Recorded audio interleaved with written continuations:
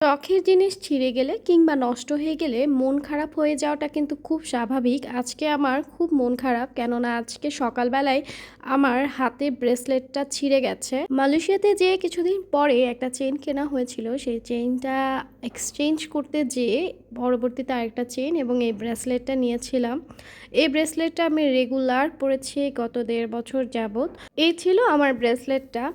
তো আজকে দুপুরবেলা আমরা বাসা থেকে না খেয়ে বেরিয়ে পড়েছিলাম। বাইরে খাবার প্ল্যান ছিল। আমি চাচ্ছিলাম ফ্রাইড রাইস টাইপের কিছু খেতে। কিন্তু আমার হাসব্যান্ড কাচ্চি ভাই খেতে চাইলো। তাই আমরা আজকে চলে আসলাম কাচ্চি ভাইতে। বাই দ্য ওয়ে আমরা কিন্তু উত্তরায় কাচ্চি ভাইতে এসেছি।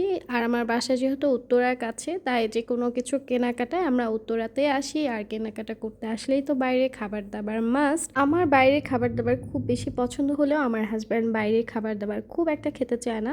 ও কেবলমাত্র বাইরে খেলে এই কাচ্চিটাই খেতে চায়, আর সেটা কাচ্চি ভাইতেই হতে হবে। স্টুডেন্ট লাইফে ফ্রেন্ডদের সাথে কতবার যে কাচ্চি ভাইতে এসেছি তার কোনো হিসাব নেই। আমাদের যে কোনো প্রোগ্রামে, যে কোনো খাবার দাবারের প্ল্যানেই আমরা এখানে আসতাম। আজকে আমি ওদেরকে খুব মিস করছি। আর গাইস, আমার কাছে মনে হয় ওরা ওদের কোয়ান্টিটিটা আগের চেয়ে অনেকটাই কমিয়ে ফেলেছে, যদিও আমার জন্য এনাফ ছিল এটা।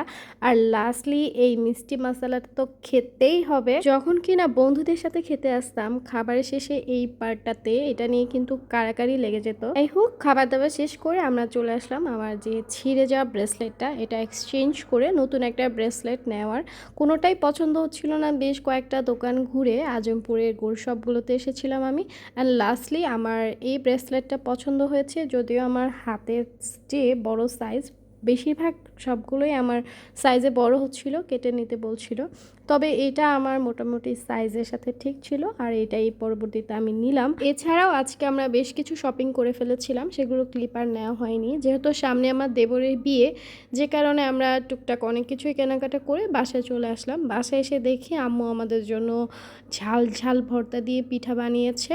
এই পিঠাটাকে আপনাদের অঞ্চলে কি পিঠা বলে কমেন্টস করে জানাবেন। এরপর আমি আম্মুর বাসায় আসলাম আম্মুকে আচার দিতে। গতকাল আমার বাসায় বেশ কিছু আচার বানানো হয়েছে। আচার দিতে এসে দেখে আম্মু আজকে আবার আমের আচার বানিয়েছে। আর এই যে এই আচারগুলো গতকালকে আমি বানিয়েছিলাম, বোরের আচার আর জলপাইয়ের আচার।